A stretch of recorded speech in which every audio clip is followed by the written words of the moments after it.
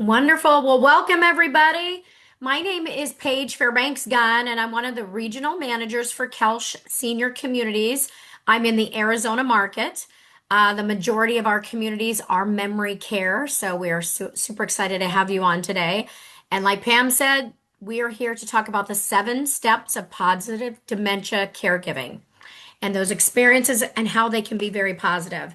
I've been in the working with families since 1997, and I have worked with several families. Dementia has been a big piece of my career. I'm excited to be here, and please make sure you put your questions in the chat.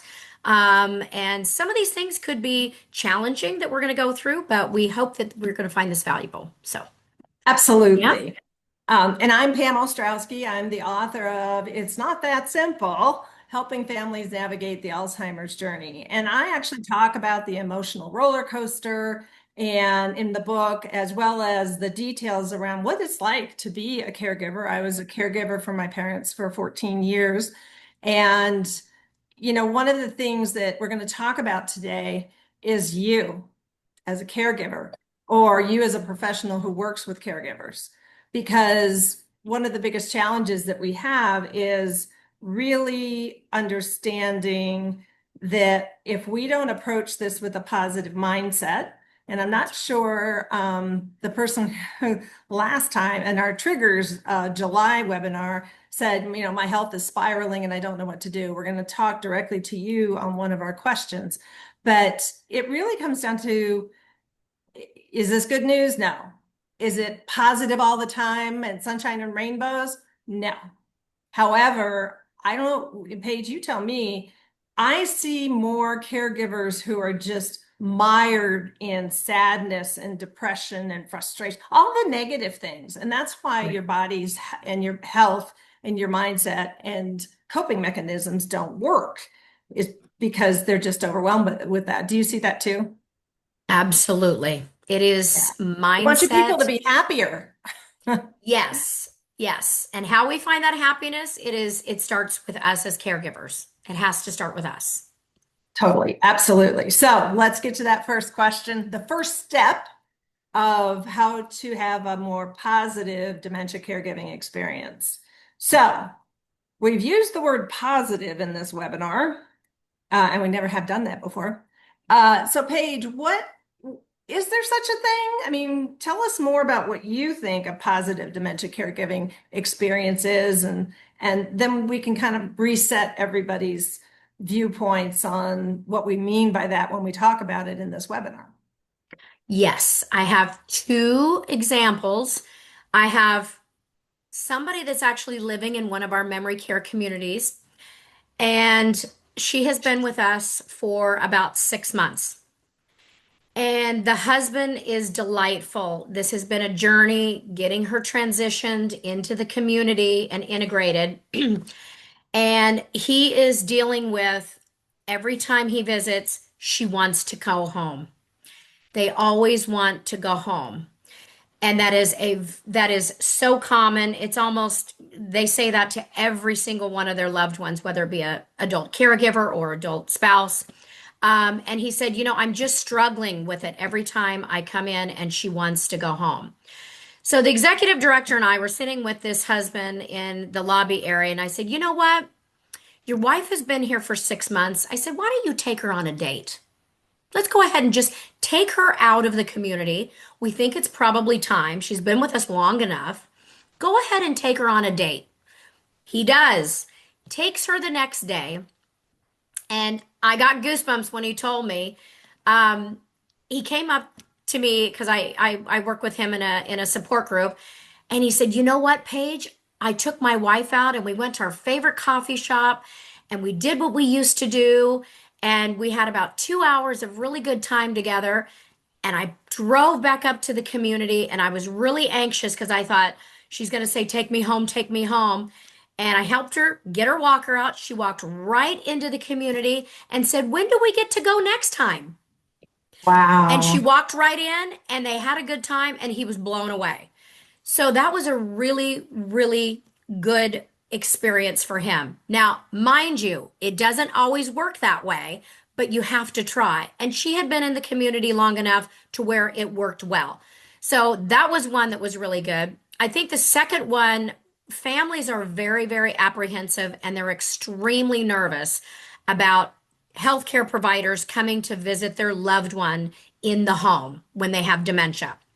So we can really get a good idea of where their dementia process is, where are they in their journey.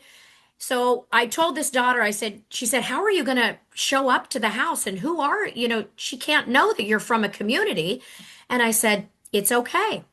I said, so what we did, and these are called loving stories. The daughter has a daughter that's 8 years old. Well, I also have a daughter. So I came over and we met mom, and the daughter and I talked about how our daughters are going to have a sleepover together.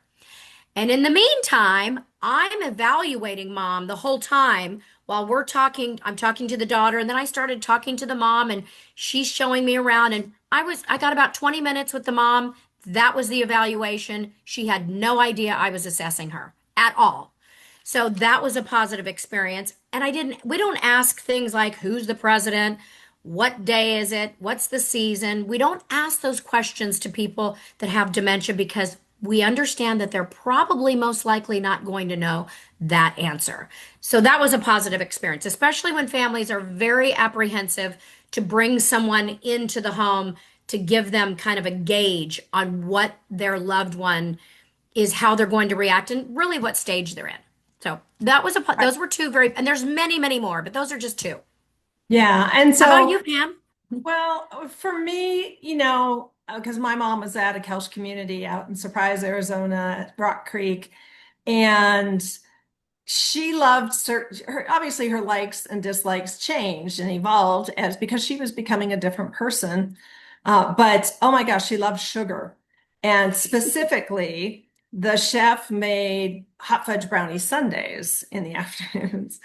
And the caregivers would say, Loretta, would you like a hot fudge sundae? And my mom's eyes would brighten up and she'd kind of jiggle her head a little bit and go, yes. And so we as caregivers, a lot of times, whether your loved one's in a community or not, assume that they don't understand, assume that they can't engage. Is dementia like not, because the definition of it is a condition where a person can't do two or more daily activities of daily living, showering, toileting, eating, medication management, that kind of stuff. So she couldn't do any of those things, but she knew that she liked hot fudge brownie sundaes. And she knew the Yes. caregiver, Kevin, who used to bring them to her. And I was chopped liver at that point. And so that to me, when we talk about positive experiences, we're looking for small wins. We're not looking Yes. for, oh my gosh, she's cured. Excuse me. Or Yes, that exactly. made me cough. We're not looking for a change and an improvement in behavior. We're just looking for that moment where they're happy and you're enjoying them being happy. It may not be something that makes you happy. It may not be something that would normally make them happy. But in that moment, you have to accept and recognize this is a moment of joy for them. And it Hmm. should be a moment of joy for you as well. And it took me years to get to that point. I'm just saying, it's hard to accept. It's hard to be okay with that. It's a So, learning process. exactly. So, Paige, did you have a question for me? Well, let's Number briefly here. We two. do have a question, so why don't we jump into that real quick? Tawny, what are some free resources caregivers that aren't apps or websites? Tawny, it looks like you work for an adult daycare, and many of the caregivers don't necessarily want to use those. Hmm. I would definitely highly suggest, and Pam, you can chime in.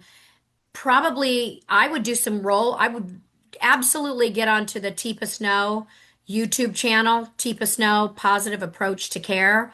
And I would do some role playing with your caregivers, so they understand different circumstances. and really get them to engage physically rather than just you know, looking at a phone or a website, but get them to role play. So, Tawny, when you say caregivers, are you saying family caregivers, those that are related to the person who's at the adult day center, or are you talking about professional caregivers? Because, Good question. okay, family caregivers. Okay, so Okay. I mean, Alzheimer's Family Consulting has a bunch of blogs and videos and our webinars. I'm curious, that seems really odd that they wouldn't want to use a website. Apps, I get. I'm tired of apps, frankly. But websites, the Alzheimer's alz.org, the alzfdn.org, that's Alzheimer's Foundation of America. Those organizations have a lot of resources and tools. So the first question I would ask is what questions do they have? And Hmm. then you would have to go do the research for them and print it out. Like my dad was a big fan of reading from paper. So somebody, whoever that might be, needs to find out what are you wanting to research or understand? And then that person has to go find it online, which we can help with because that's kind of what I did to write my book. It's not that simple, helping families navigate the Alzheimer's journey. I have 52 references. So, free resources, I just named a bunch. Alzheimersfamilyconsulting.com, alz.org for Alzheimer's Association, alzf is in Frank, D is in dog, n.org, which is Alzheimer's Foundation of America. So yeah, so okay, so it's because of that. So what an adult day center can do, or actually, I had a woman call me because she'd listened to a radio show and heard me speak, and she won a book. And so I called her to say, "What's your address?" And she said, "Well, I don't really do anything online, so I don't have an email address. I don't have anything." And I was like, "Wow, I didn't know those existed."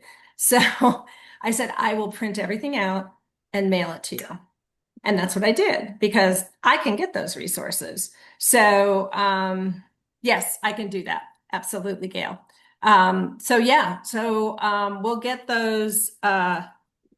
these resources. There's a ton out there. Also, what would be helpful, you want to talk, Paige, about the Memory Cafe and what they do while I type this in? Yes. So the Memory Cafe, I'm involved in memory cafes. If you have them in your area, I would absolutely recommend your family caregivers to a memory cafe and support groups. The support group and memory cafes are paramount for support, education, and also understanding how to have tips and tools to be able to navigate through your daily caregiving journey. I have several families that I've worked with for many, many years at one of our memory cafes in Sun Lakes in Arizona, and they they absolutely say the group has helped them immensely. They're able to be around peers and people in their same like situations and understand the challenges that each other go through. And it's amazing to see these these family caregivers have certain success stories that might work for one that hasn't worked for another, but it's working for several of them. So I would definitely recommend if you have a support group in your area, the caregivers must go to support groups. Not everybody's going to find the right support group for them, but there are dementia support groups out there and they are growing. And if you can find a memory cafe support group, that's just an even more robust one because you can bring your loved one with you and they actually get the engagement, and then the caregiver separates and they get to go into a support group. So I highly recommend the support groups all the way around. Yes, Tawny, I will email those to you as well. Okay, let's go on to the Okay, next so question. We haven't gotten very far. number two. Okay. So, Pam, okay. My loved one just got a recent dementia diagnosis. He and I are devastated. How do I deal with this situation emotionally? Yes. So I hear this a lot. Oh my gosh, the world's ended.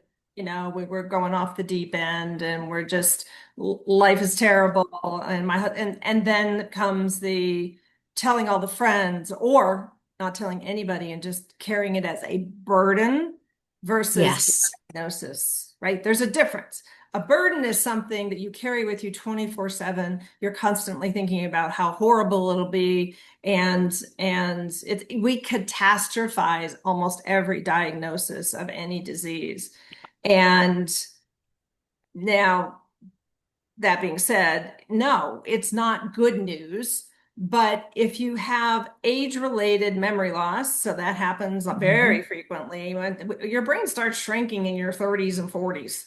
So you're going to have some memory loss by the time you hit 70, 75, definitely 80. And so do you have dementia or do you just have age-related memory loss? So take Paige and I think are on the same page, haha, with this, is that when the medical professional, if they haven't done an MRI, they don't know if it's Alzheimer's. Even if they've done an MRI, they don't know if it's Alzheimer's. All they're saying, looking for is a shrinking of the brain, and then there's some degradations, some black spots on the MRI, and that's indicative of Alzheimer's. However, Mhm. what's most important is that for both you and your loved one, because the number one, especially males, the number one symptom after diagnosis is depression. Yes. My life is over. So that means you, as a caregiver, need to, because they're probably in early stages, they are totally capable of doing almost everything that they were before. They just don't remember words, maybe. Again, that's age-related memory loss. But maybe they can't remember that they're supposed to take the trash out. Now, that's a contentious topic in the first place. I told you to take the trash out. I told you to take the trash out. So maybe that's not the issue. So we jump to conclusions and just say this person's brain's not working. And yes, you should do the things that you really wanted to do together sooner than later. So if you have a trip planned to Europe for 5 years from now, I'd suggest you do it now because that you Mhm. both can enjoy it more. And there's books out there on travel. Jan, whose last name I can't remember off the top of my head, has a book about how do you travel with a loved one with dementia. And Yep. you can travel with that person for a very long time into the disease. They won't remember the trip. They will probably remember what happened. The change in environment will be jolting for them. So, probably mid stage is about where you want to stop doing that. But there's so many things you can do. You can still enjoy rose gardens if that's your thing, or the Mhm. botanic garden, or a zoo, or Halloween, or Christmas. Those are things that Mhm. they're always going to enjoy. And I feel like when you say you're devastated, it's like someone said you have 1 week to live. Then you have a right to feel devastated. But the average diagnosis, the average time you have to live with dementia after diagnosis is 4 to 8 years. My mom Mhm. picked 8. So she had 6 years of dementia and then was formally diagnosed with Alzheimer's because she lost her ability to speak sentences and really couldn't function cooking or doing any of those types of things and eventually couldn't walk anymore. So those were things when people say, oh, I was devastated. When mom was ended up in a wheelchair for 5 years before she passed, was I devastated? No, it was just another symptom of the disease at that point. You learn as a caregiver how to cope with what would normally be something that everybody would be go, oh, you poor thing. And that doesn't help either. Tell your friends to stop saying that because they want you to feel better. And so they express sympathy. And it's like, well, she's not dead. She's still alive. She's Right. very much alive. So what about you, Paige? Well, how do you feel about the devastation of getting a diagnosis? How do you suggest people look at things differently in a more positive way? Well, hey, first of all, and we talked about this earlier before this started, is if you if you just get the diagnosis and you know, I'm always on the side of things is get a second opinion Yeah. because there is some. we are starting to see a lot of overdiagnosing of dementia. Make sure that it is dementia. Just like Pam said, go to the specialists. Here in Arizona, we have the Banner Alzheimer's Institute. We have the Barrows Neurological Center or Institute. Go to the specialist to make sure that it actually is, and if they can give you a form of dementia. And it doesn't necessarily mean a difference. I mean, it can, depending on what type of dementia, but make sure that it is a form of dementia first, because there are urinary tract infections. People have infections going on that can display symptoms of dementia. But as far as devastating, you know, I mean, yes, it's hard, and it's a hard thing to swallow as a diagnosis, but it's out of your control. And you are in control of only certain things. So educate yourself, join a support group, find people that have someone that that has someone with dementia, and talk to them. Dementia is becoming so it is it's becoming more and more common. So and everybody knows somebody that probably has dementia. So just get a support system and make sure that you're getting the education in the support group. It's difficult. It is, but it's not the end of the world, and you can have moments of joy. It's just all about how you have to be as a caregiver and how we have to change ourselves as caregivers to make Right. sure that it's an enjoyable experience. So Remke, I think that's how the name is pronounced, asked, is there a difference between Alzheimer's and Lewy body? And Lewy body is abbreviated LBD. And so Yes. my take on LBD is, and what I've read and researched, is that it's very hard to diagnose. Like the doctor can do a blood draw and look for the different proteins that are a signal, but there's no guarantee. Same life expectancy across the number one type of dementia, and Alzheimer's is a type of dementia. It is number one at 70% of diagnosed dementias. Number two is vascular dementia. So someone who's taking high blood pressure pills or high cholesterol pills or has had a cardiac event. Hmm. That's vascular dementia, right? That blood is not getting to the brain and it's not oxygenated enough, and brain cells die without oxygen. LBD is based on a doctor called Louis, has to do with the proteins in the system. From your perspective as a caregiver, Lewy body has a lot more behaviors, acting Hmm. out, yelling, things that are undesirable. Whereas Alzheimer's tends to, and again, this depends very much on the individual. Please keep that in mind that Yes. dementia, what this thing in here inside this skull, the brain cells that die could be here, they could be here, they could be back here. So depending Hmm. on where it attacks the brain cells, different capacities disappear. Like for my Yeah. mom, words were the first thing that went, then tasks. So that's kind of the simple view of what it is. Now, my book actually explains this in much more detail, and you can also do research on the Alzheimer's Association website.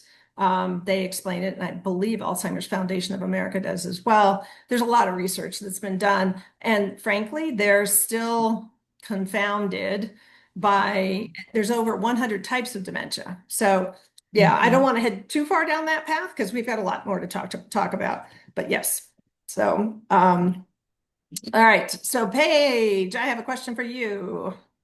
So these are caregiver questions on like these caregivers are frustrated. So see if this one Hmm. sounds familiar. I know I need to establish boundaries with my mom and her care, but I feel guilty and she gets sad if I talk to her about it. Do you have any tips on how to establish boundaries? Gave you an easy one, right?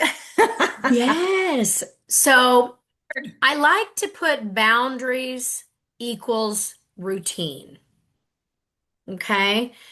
Routine works extremely well for your loved one with anybody that has dementia, but setting boundaries, you just need to do it kindly. It doesn't mean that you are getting angry with them or trying to parent them, but just letting them know that there needs to be some sort of routine, and setting boundaries is key.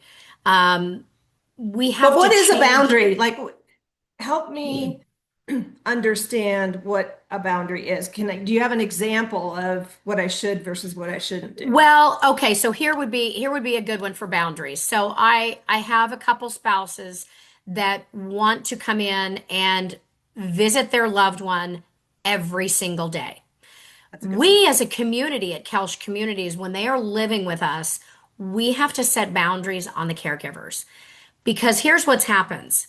The loved one comes in every day, and whether that be an adult child or an adult spouse, they come in every day and their loved one sees them and they cry and they want to go home. Take me home, please take me with you, and they get upset. Doesn't happen all the time, but for the ones that we are talking about, we have to come to the caregiver and say, you know what, unfortunately, you are the closest thing to your loved one and you are getting it the worst. They're going to be the worst with you, and it's starting to cause behaviors, and it's starting to cause them turmoil and sadness or anger or, striking out. So we have to set down the caregiver and set boundaries and say, we need you to just listen to us, please. And let's try for 2 weeks that you come and visit 3 times a week, not every day, because it's causing issues for the loved one in the community and for them with relationships with their friends and with the staff.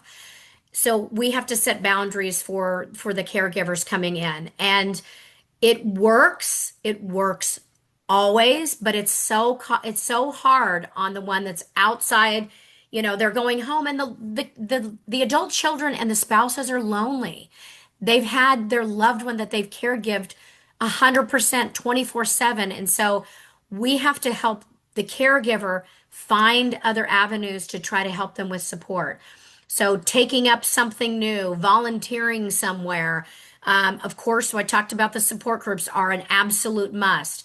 Go on a vacation. We have a daughter right now that we've asked her not to visit for 30 days, and it's been very complicated. It's been very sad for the daughter. So we've set her up with a professional therapist, and we've asked her to please go on vacation for a week. And so we're working through her. So we have to set boundaries. So those are Yeah. some boundaries that what we do in Kelch communities with our families. No, that's spot on. So as a caregiver myself, um, it- and I talk about this a little bit, but the most challenging thing was I was really close with my mom, and I felt like I was losing her to this community of people. And what didn't help on her first day when I took everything into her apartment. And well, first I said, well, I need to go with her. And the activities director said, no, we'll take her to the activities room. It's right around the corner. And when you're finished getting her room ready, come by and see us. And I'm like, oh, she's going to get really upset because I'm not there and she depends on me. And so I'm putting everything away and I'm feeling really guilty. And well, is this the right move? And I'm questioning everything. So I'm kind of slogging down to the activities room and I look in. This is going to make me cry. I look in, and the activities director is sitting next to my mom. And my mom, who has never painted in her entire life except for walls in a house, has a small paintbrush in her hand and she is painting a birdhouse. Now, never would have guessed that. And I realized at that point, all those thoughts, all that negativity was on me. That was me generating that. Not her. She was happy as a clam or a bird in this case. And and so the one thing I can suggest in this conversation is check yourself. Check in, Mhm. look yourself in the mirror and say, is this a problem I'm creating in my own Right. mind? That's why mindset is so important. And this is true of anything in life, honestly, it's bad news. Oh, I got fired or I lost my job or my dog passed away or whatever could happen. You have to stop and go, this happened. It's sad. Yes, I recognize it. But what can I do to make a tribute towards it? What can I do to make my mom's life happier? So I brought her in costume jewelry. So when we went to activities, I would come visit her and she would put on her costume jewelry for whatever they were doing in the activities because that was her thing back in the day in the 40s, bling. And it was fun. And then when I'd leave, I'd take it all off of her and take it home, and then we do it again another time. But I only visited her twice a week for about an hour and a half plus drive time, and and I still felt guilty. And Hmm. I thought, if I visited every day, would I feel any better? And the answer was no. And then I had to look at, is this guilt?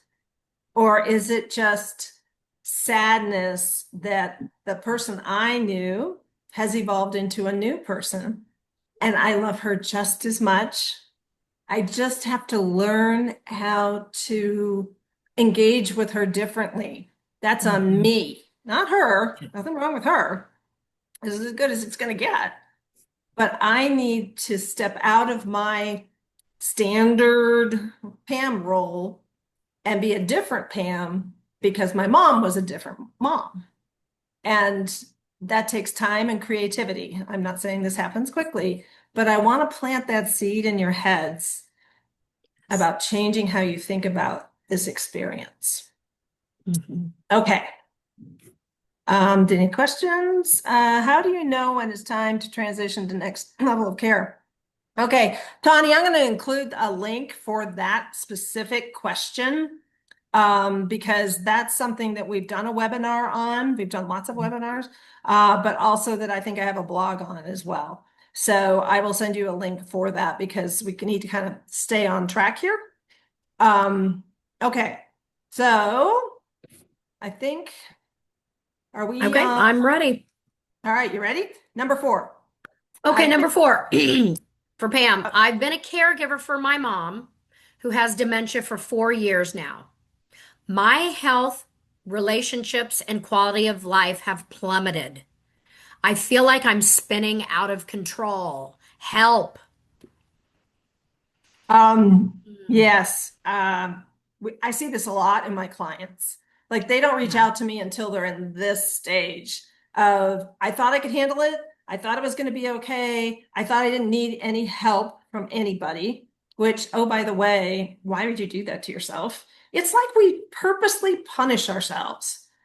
right. Like, Totally. like there's something wrong with us that that how we view us in this situation is very negative, and it's like, I can do this. And it's like, well, what is it you think you're doing? Like, Right. are you thinking you can fix it? You can't. Hard to No. accept, but acceptance, I think, is the really the first step in recovery out of this whole thing. And so, yes, your health will plummet, your relationships will plummet because your friends are tired of you talking about it after 2 years. And so they just kind of disappear. And Hmm. your family, we have a family, husband and kids question coming up. Um, so it's you are spinning out of control. So what do you do about it? You have to remember, one, that this person still wants to be as independent as possible. And I think as soon as someone hears the diagnosis, they swoop in and they take over that person's life. Here, let me cut your meat for you. Here, I'll drive. Right. Here, I'll make sure that I'll make all the reservations. I'll do this, I'll do that. And these are potential tasks that this person needs in order to feel that they have purpose in life. And if you Hmm. as a caregiver are taking away their purpose in life, what do they have to live for? Circle back to the original thing where I said that depression's the number one symptom for men after they get a diagnosis. They feel useless. And Truly. caregivers, I've stepped in and done this, so I am guilty of taking over. And most type Hmm. A control type people do that. Just saying, self-admitted. I'm sure there's a program for that. But the world hasn't come to an end, and your loved one wouldn't want you and your life to suffer as a result of caring for them. So you have to rebalance. This is a balancing act of you stepping Hmm. in. We're going to talk about how you do that because you're going to want, as soon as they do something wrong, they don't peel the potatoes correctly. Um, you're going to step in and say, that's not how you do it. And I want you to bite your tongue because that's the worst thing you can do. Why would you criticize somebody for how they peeled potatoes? Seriously.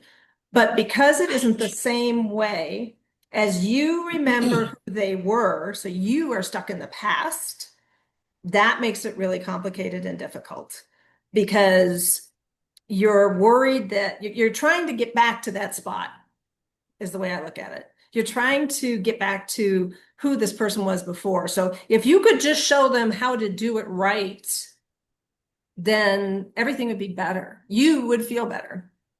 Guess what? They're not going to remember how to do it right. And like with my mom, if you gave her any instruction, she would just look at you blankly. That is actually part of the mini memory state exam. Is they ask you to take a sheet of paper, fold it in half, then fold it in half again, and take it from your right hand to your left, and then set it on the floor because they're looking to see how far can you process complex instructions. She couldn't do any of it. She just held the sheet of paper like, no, I don't know. So I couldn't fix that. And if you can, when your loved one takes the mini memory state exam, you should be present because it helps you see, because you can't help them during the test, see where their brains are at. And it builds a ton of compassion for how you treat them Hmm. and how you speak with them.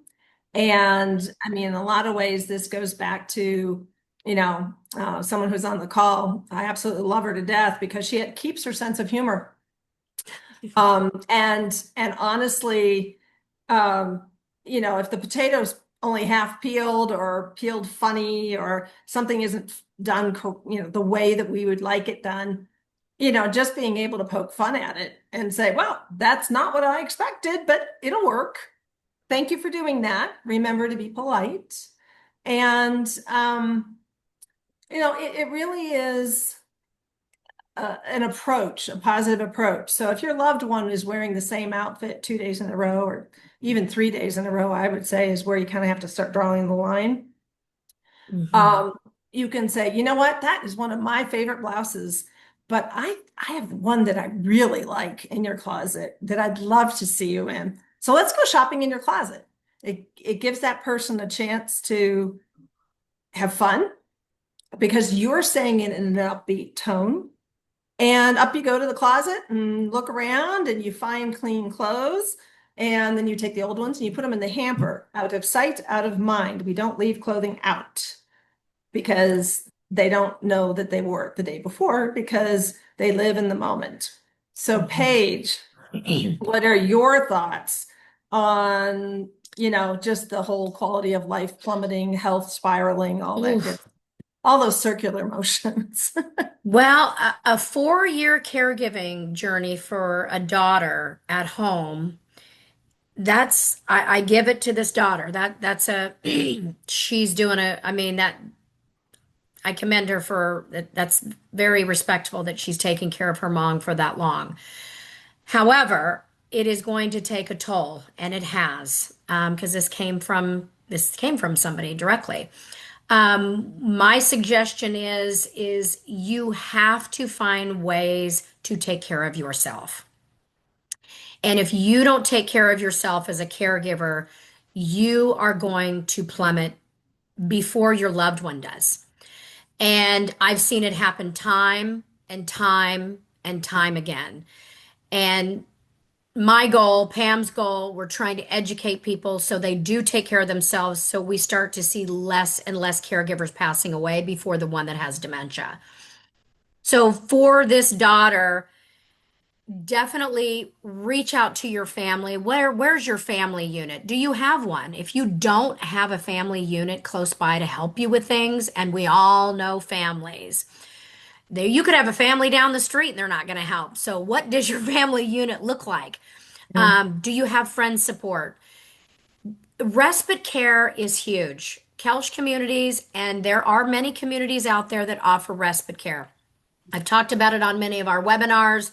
It's just a short-term stay.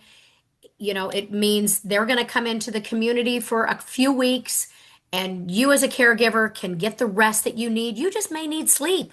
Maybe you've put your mammogram appointments or your doctor's appointments on pause. You haven't been to the dentist in 4 years. I mean, those are all things that are leading up to your health as a caregiver that's declining. And so respite care is actually something that can be a very positive experience. Tawny's on the line here. She works for an adult daycare. An adult daycare center is a good option. They can go for a few hours a day and then they're coming home at night. I will tell you, your loved one with dementia, when they're at home, if you are not entertaining them all day long and they're just sitting in front of a TV, that is not good. And they are bored. They need things to do. So I know. having them be they're bored. And if they're sitting in front of a TV and maybe you leave for an hour or two, which that's very scary, they may not see you and they're off and wandering and out the door because they're looking for you. They need to be engaged with other people. Doesn't need to be 24/7, but they need to be with other people. So You need to respite tire care them out. is yeah, exactly. Yeah, they need to go and have activities with other people and be with people that are at their same phase. So adult daycare, we have day stay at Kelch Communities, and we also have respite stay. That's my answer. So Those are Paige, my suggestions. I have a question.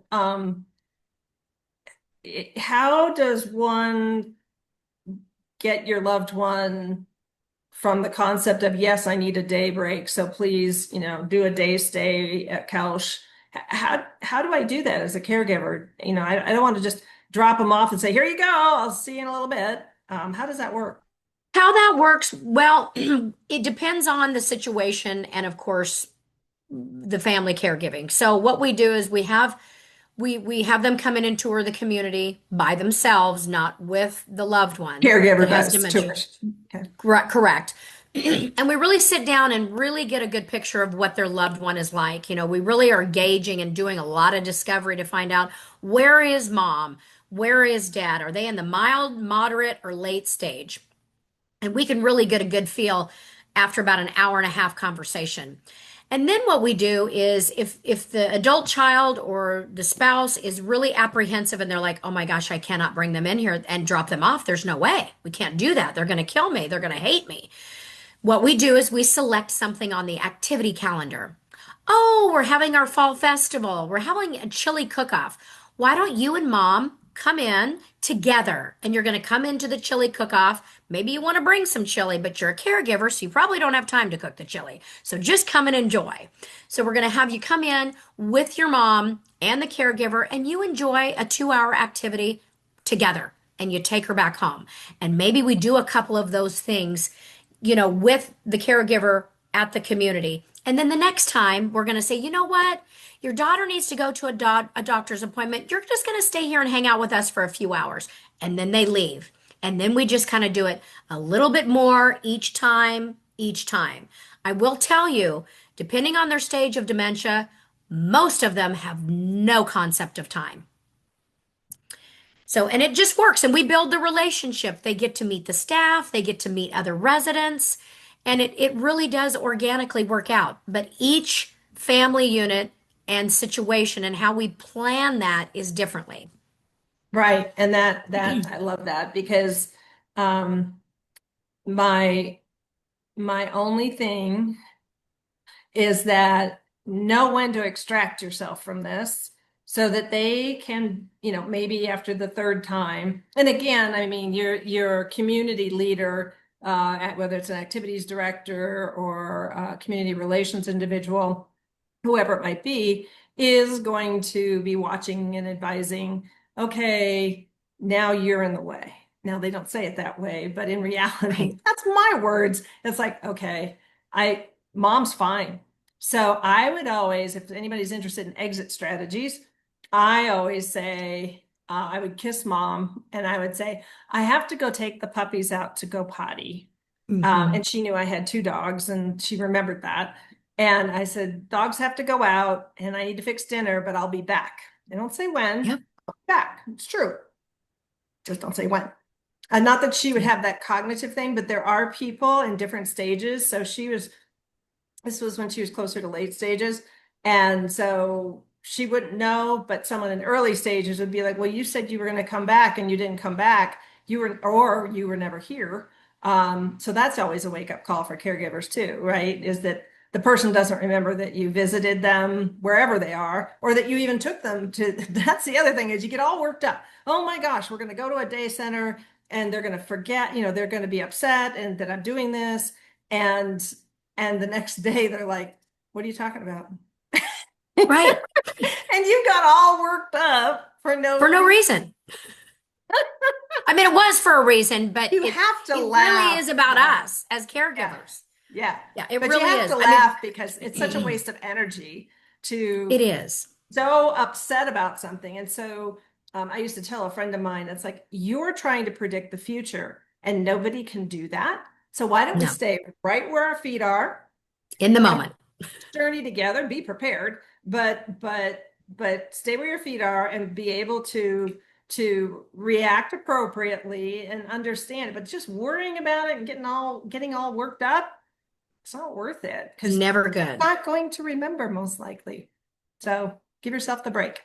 So and I apologize for my breaks and coughing. I have allergies and I'm having them too. it's So, nasty. So, yeah. okay, my turn to ask you a question, I think. Number 5. I think I'm really afraid of what a dementia diagnosis means to my relationship with my mom. We're close. Will she forget who I am? Should I plan to move in with her? So, this is kind of that temporary mistaken identity issue that we need to talk about, Paige. What are your thoughts? Yes. Well, I think to spin off of a little bit from the previous one is that we overthink things a little bit too much. And I know we have to plan. It's almost like it's anticipatory grief. We're already Mhm. starting to really get ourselves worked up about things. The relationship, it is going to change, but how it changes is up to us as caregivers. And being so close to your mom, let's not jump to conclusions. You need to take things slow, get educated, do a support group, start finding people that you can communicate with and get your family unit together.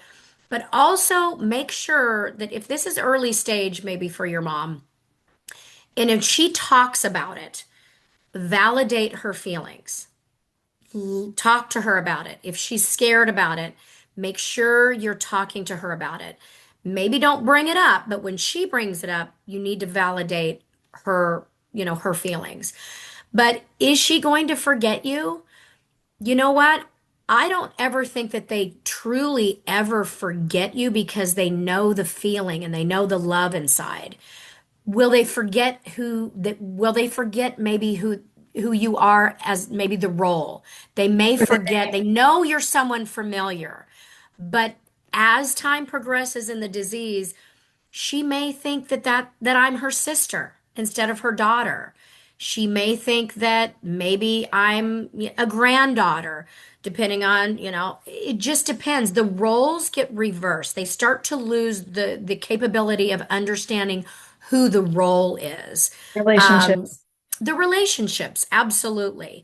But they always feel the love and the compassion and the touch and always saying, Mom, I remember when we used to do these things. Mom, I remember when we had these fun times together. Instead of saying, Mom, do you remember? We always need to say, Mom, I remember. As caregivers, we have to say, I remember, because they don't always remember. So yes, the roles, they will forget roles, but there's times where they'll forget them some parts of the day, or maybe they know you for the whole week, and then maybe on a Sunday they forget. And there's going to be definitely times that there's going to be, where they're exhausted. Maybe you've had a big outing one day and there was all these people that they've been around.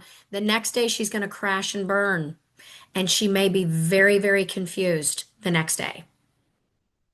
Yep, absolutely. And the other thing, and we need to get moving because it's 5:50 my time. Is dehydration. Because Mhm. if you don't watch how much hydration, any of us, by the way, That's everyone on right. this, Speaking the of, brain to dehydrate, and yeah, you've been watching me drink. Uh, it's it collapses on in itself and it doesn't function well. You get brain fog. So hydration is really important. Realizing that they're exhausted. And then you hit the nail on the head about, you talk about your experiences. I remember when you took me, to this beautiful restaurant for my 16th birthday. It's our job to help remove the confusion. That's our yes, It is not our job to correct them, argue with them, that's right. and put them in their place because they're not doing this as a manipulation or devising stories, which I heard from someone in an email. They don't have that capacity. They're just trying to put the pieces together and they know things aren't working quite correctly. But again, many of these my dad used to call them power failures, where mom would have these glitches where she would remember a bunch of things and then she'd be gone. And then I mean, so it's part of the disease and it puts you on an emotional roller coaster. I understand that more than anyone after 14 years. And so use vocal reminders. Mom, it's Pam. I'm so glad to see you today. I brought you flowers because I know when I was little, I used to bring you flowers and you loved them. So I remember and who I am and what my role is. Same thing with spouses. Honey, I'm so happy I married you 50 years ago. You are the most beautiful wife a man could have. So mentioning the role just to realign them, and you will see that click in their facial expression where they're like, oh, I'm his wife or I'm her mom. And that's a good thing. So be sure to do that. Hmm. All right, Paige, we need to get to number 6. Okay, number 6. All right. My husband and children are getting resentful of my caregiving for my parents. I eat dinner with my parents many nights and clean up after them, so I get home very late. How can I make them understand why I am doing this? This is This one's a this tough is one. it is a tough one because, and I felt this because I was married and I was in a relationship after that because I got divorced. And so trying to navigate priorities, relationship priorities, whether it's friends, a spouse, a partner, children, is very difficult because you feel literally torn because you feel responsible for that individual. And I think one of the challenges is that as caregivers, we become singularly focused on Mhm. the person with dementia, and the rest of our world just fades into the background, kind of like my background. It gets blurry and you figure, well, you guys will pick up the slack. You guys will figure it out. But they miss you and they miss who you were. Your husband didn't marry you so that you could be gone most of the time. So, and not only did they maybe not sign up for it, but they feel Right. resentful. So being able to get rebalanced. So, I actually hired a personal trainer and she knew me from my classes. And so she got me totally focused on doing something entirely different that would take my brain away from the hard things like caregiving and watching over my Mhm. mom and checking on her finances and all the stuff that comes with it, talking to doctors and Yes. I could only focus on lifting a weight and doing it properly Right. with muscles. Find that thing, whether it's gardening or something, strength training to distract you because just having a family isn't, enough. Go to the soccer game, go to the ballet practice, whatever it is that your kids do. Go on date night with your husband once a week and turn your phone off because you know what? Hmm. If your loved one is in a care community or a spousal situation or a partner situation, you can afford to have date night with your husband for 2 hours. Nobody Yes. expects you to give up all of your life just to be worried and care for them. It's just not fair. So, Paige, what do you think? Well, what I see in this question here in this situation is this would be probably a perfect opportunity for assisted living. It would, depending on the circumstances, how much if you're going over there, if you're starting to do a lot of cooking and things like that, but scale it down a little bit. Again, we have to be, and Pam, you and I have a lot of, I'm a control freak. I am, and I've had to really, Were you going to I had say to do we that. have issues? Yeah. Oh, I have issues. Trust me. And I have to think about that. I'm like, okay, I have to stop and check myself because I'm a control freak. I did it with my dad. My grandmother, my aunt did the same thing. She would go over every single day, get everything set up for her. My dad would come in the afternoon. We had a good family unit. Everyone would come in cycles. And my grandmother, of course, thought she was independent. Well, she wasn't independent because we were all coming over there doing everything for her. But she was extremely hard-headed woman. She wouldn't do, I mean, it would just wasn't happening. And so between my grandmother and my aunt, they became resentful of each other. And my aunt ended up resenting her own mother. And that gets nasty. You want to really find a good solution and how can we set up a better and or a more enjoyable environment that has more help. Okay, how can we do that?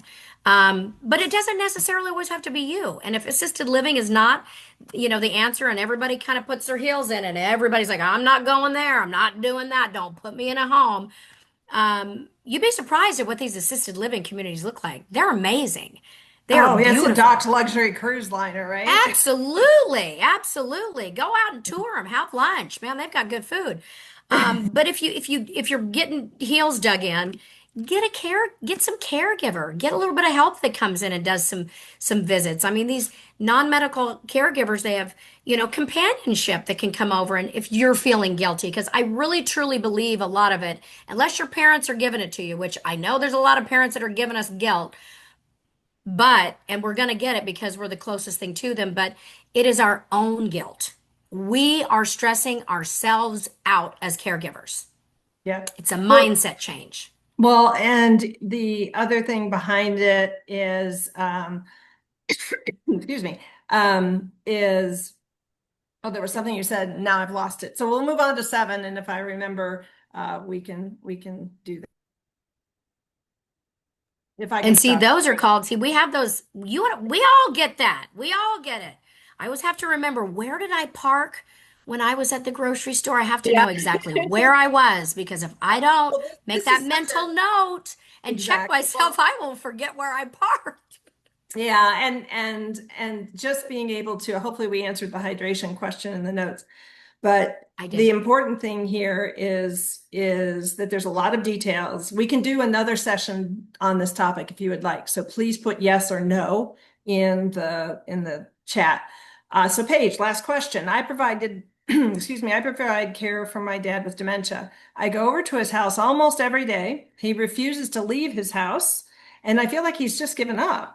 I also find it very depressing after 2 years, and I'm tired of doing it. What can I do to get him out of the house? And this is very typical. And you mentioned some of the ideas already. So, um, Yeah.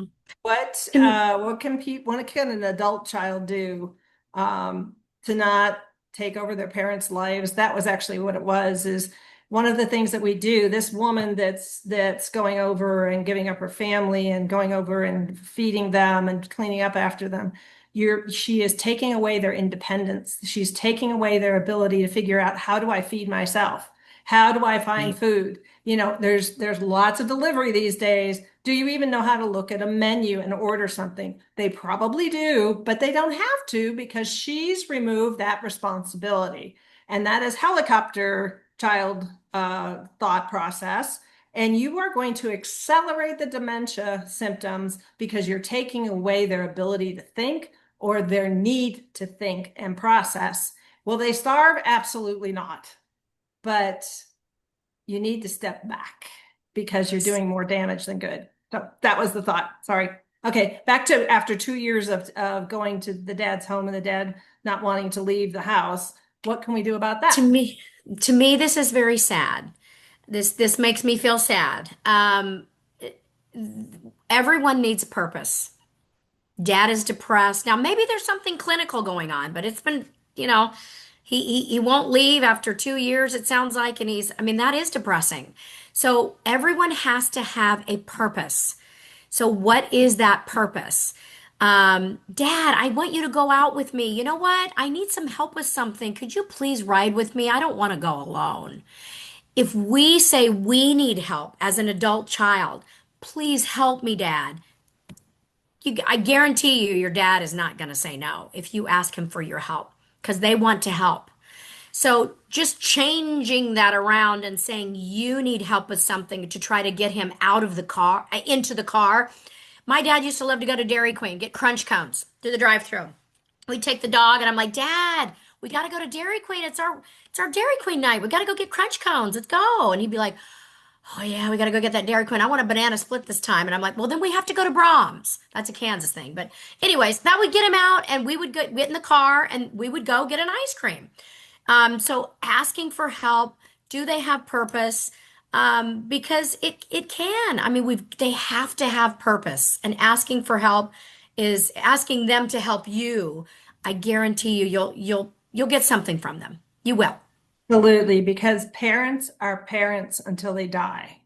And Yes. I remember coming into the music was playing, and I sat next to my mom, and she was in her wheelchair, and I was just kind of had a tough day, and it was amazing to me, like just absolutely out of character completely. But I was sitting there, and she starts to pick up her arm. Now she never picked up her arm like that. You have to eat, yes.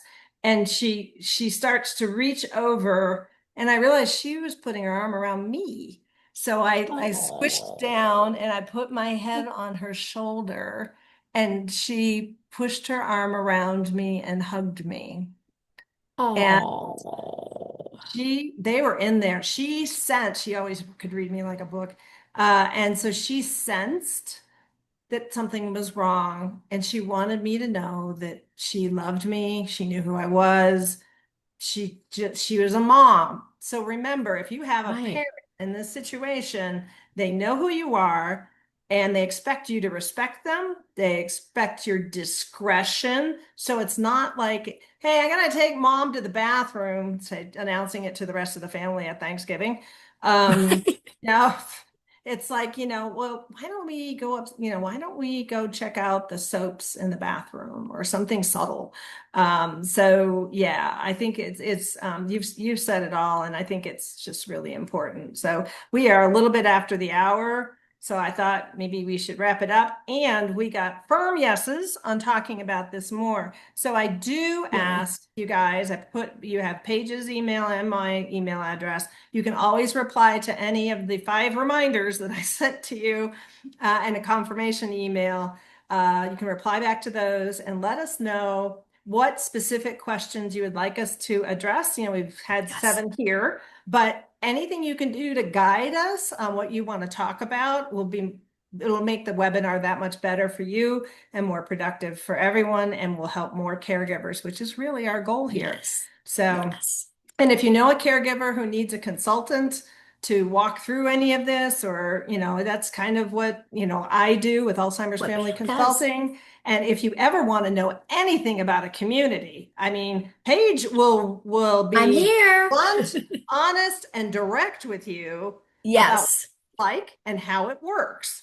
And most people don't even know that people like Paige exist. So spread the word, spread the Paige Spread the word. word. And we thank you so much for joining us today. And always remember, mindset, check yourself, and lead with kindness.